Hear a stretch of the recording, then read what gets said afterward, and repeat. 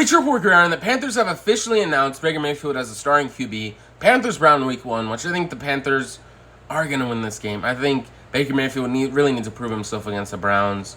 They said they want an adult at quarterback. I think that's really going to motivate him against his former team. Now that they got rid of him, I think he's just going to play great. I think that he gives them the best chance they have to win and to maybe make the playoffs. I feel like with Sam Darnold, I think he's just not as good as Baker Mayfield, and I think they saw it as well, probably in practice. Sam Darnold could definitely have earned the spot back again, but I don't think he probably played well enough. ESPN ringside, Glasses Malone, Wilder and Joshua is the next mega fight, which Joshua just lost his last fight, which in my opinion, against Usyk in a rematch.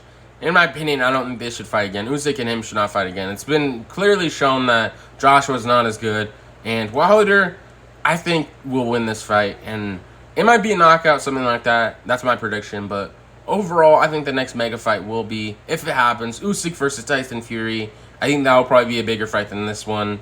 And I think a lot of people will be watching that one more than this one.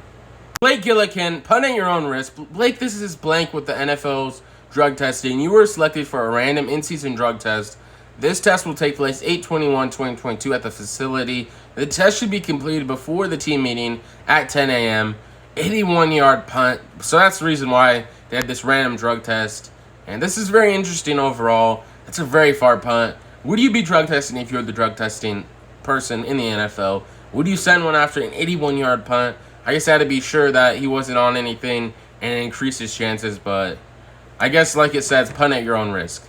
Bleacher Report via Alex Kennedy. The only resentment I could come up with in my life right now is the Sacramento Kings. Tyrese Halliburton being traded after the Kings denied trade rumors involving him, which is very interesting overall that they denied the trade rumors, which in my opinion was a terrible move overall. I don't know why they would trade Tyrese Halliburton. I think that was probably their best young player, one of the best on their team.